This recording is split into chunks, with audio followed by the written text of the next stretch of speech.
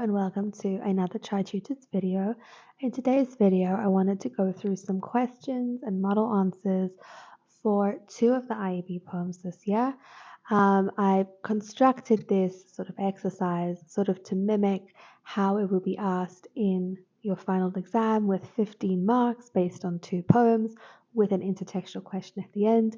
So obviously I have no idea what poems are going to come up in your exam. I've just chosen two of them and I thought we could work through them together so that you can understand exactly what markers are looking for in these styles of questioning, and so that you know what to give in your answers and how to break down the questions. So we're going to go through the questions first, and then I'll encourage you to pause the video to try write your answers yourself and then resume the video when you're ready to mark it through. So the first three questions are based on the tenant. The tenant. There is no room for you in my heart. The only tenant who ever lived there left some luggage behind.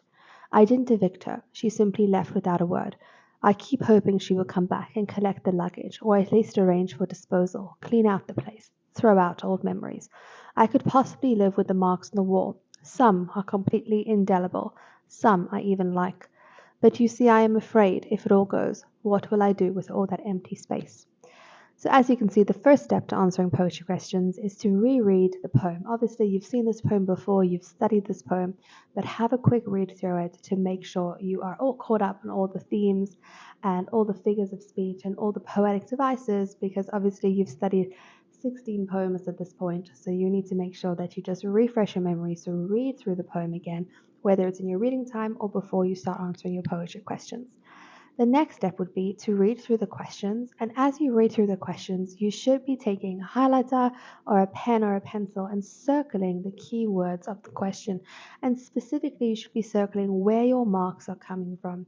So it's quite similar to what I spoke about in my comprehension video in terms of how you need to be approaching the question. You need to sort of step into the marker's shoes and try and figure out where's the marker allocating these marks. How am I going to ensure that I've given enough information so that I can get the maximum amount of marks? So question number 1, starting off really strong with a 4 marker, refer to the title of the poem.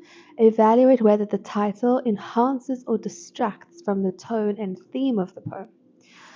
So as you can see, there's a lot going on in that question. So instead of being overwhelmed by it, what we need to do is we need to go ahead and circle where our marks are coming from. So immediately I can see I'm going to need to refer to the title. So I'm going to have to explain the title, and refer means quote as well. So I'm going to have to make close reference, quote the title, explain the title for 1 mark. So I would circle title. The next thing I see I need to do is I need to explain the tone of the poem. And then I'm also going to have to explain the theme of the poem. So already I've racked up 3 out of the 4 marks. And lastly, I'm going to have to give a logical reason as to why the title enhances or distracts from this tone and theme. So I've got there 4 different things to focus on, and I can already see I can have a nice long answer, full sentences, 4 full sentences, going through each of those points that I've discussed to make it a complete answer. Number 2, refer to line 1, explain the effectiveness of the choice of pronoun. 2 marks. So what I need to do over here is I first need to state what the pronoun is. I need to quote it and say what type of pronoun it is, and then I'd circle the word effectiveness, and I need to talk about why that choice of pronoun is effective. And number 3, refer to stanza 4. Explain what the speaker means when it is related that some are completely indelible. So honestly, this is one of the simpler questions that you could be asked because it's purely about meaning. So what I would do over here is I would make sure to underline the quote and make sure I explain that quote on a sort of literal, very basic level, and then I would highlight what the speaker means, and I would explain this quote in terms of the message of the poem, what the speaker might mean by this line. So I'd encourage you to pause and to try write your answers out for these 3 questions. Now that you're back, let's move to the second half. Strangers Forever. Each of us is a passenger seated in one huge compartment, going we do not know where, all strangers, thrown together by chance, who travel without arriving. Who can read the whispers of your mind when they are hidden even from you? Though you open a window in the chambers of your heart, though you strive to say what you feel, and in striving reach a state of understanding, there is still one part, one small part that remains your own. one part that neither I nor anyone else will ever penetrate. Forever strangers. So refer to the poem Strangers Forever. Question 4 is referring just to this poem. Who can read the whispers of your mind when they are hidden even from you? Explain the meaning of these lines in the context of the poem. 3 marks. So do you see over here, I'm going to have to explain the meaning of the lines, and then I'm going to have to explain the context of the poem. Now that only adds up to 2 things. So I'm going to have to make sure that for either the meaning or the context, I explain it very thoroughly, that I give a quote, and that I really explain myself so that I can get that maximum 3 marks. And preferably explain 2 different aspects of the meaning or 2 different aspects of the context to get to those 3 marks. And then question 5 is our intertextual question, where we need to refer to both the Tenant and Strangers Forever. Refer to the poems The Tenant and Strangers Forever. The poems utilize similar structures. Critically compare the poet's decisions to present their poems in this way. So with an intertextual question, you can either have one where it's just discussing the 2 different poems and their utilization of a certain technique, like this one. Sometimes it could be which one does this thing in a better way. And other times it could be, does this poem support another one? For any of those styles of questions, we have to follow the same techniques as for our other poetry questions, and even the same techniques that we would follow in a comprehension. We circle those key words, we circle where our marks are coming from, we explain each poem thoroughly, and then at the end we sort of come to a logical conclusion and we explain our reasoning, why the one is better than the other, why they support each other, or in this case, we are just having a discussion as to how they use structure effectively.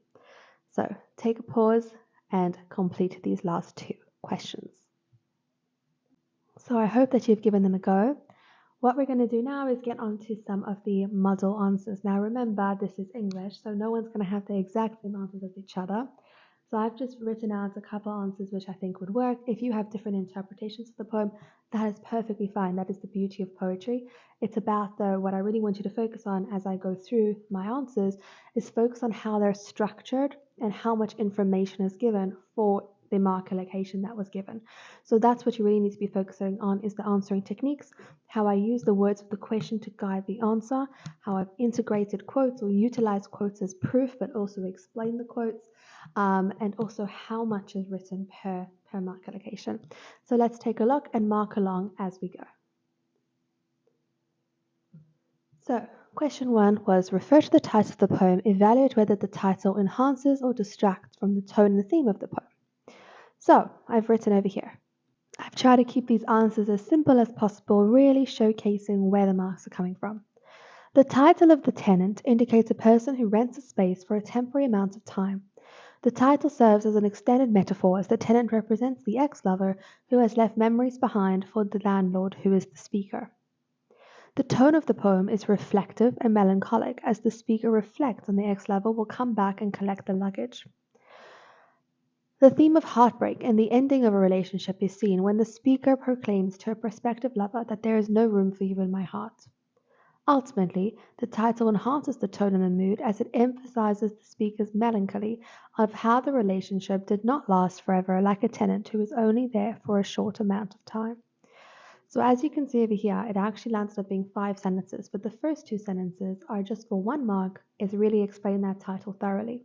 The next sentence, you can see, said the tone of the poem. So it's very clear what that sentence is intended to do and what mark I'm intending to get for that sentence. Then I've moved on to the theme, and then lastly I've ended off with ultimately, where I've given my final answer, which is that it enhances. I see there I wrote tone and mood. It should have been tone and theme based on the question, so my apologies for that. And then I've used a keyword over here, which is emphasizes. So I've said that this title enhances because it emphasizes, and then I've explained what it is emphasizing and how it relates to the title. So just like in a maths question where you have to show all your working of how you get to a certain answer, the same thing applies for English. You have to walk me through your lines of reasoning and all the proof that you have in order to get to a conclusion and to make a statement. Remember as well is that you need to include quotes, especially if it's 3 marks or more. So make sure you include quotes and that you explain your quotes. Question 2. Refer to line 1. Explain the effectiveness of the choice of pronoun. The first line uses the second person pronoun of you. That's already 1 mark, quoting the pronoun and saying what type of pronoun it is. Now, the second mark actually explaining its effectiveness. The choice of pronoun emphasizes the authenticity of the poem, as the speaker is talking directly to a new potential lover and claiming that he is not yet over his previous relationship.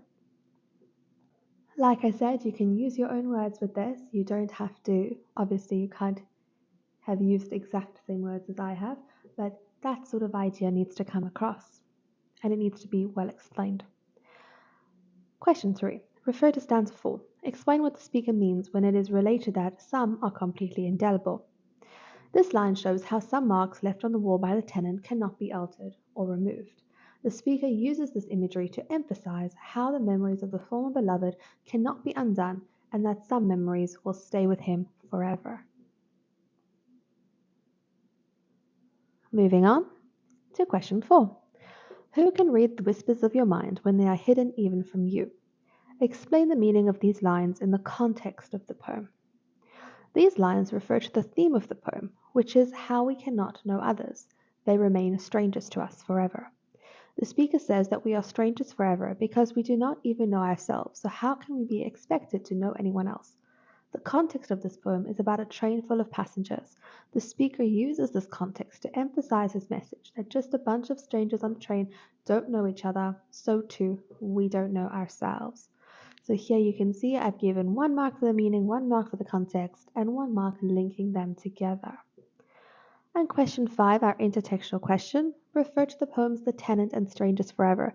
The poems utilize similar structures. Critically compare the poet's decisions to present their poems in this way.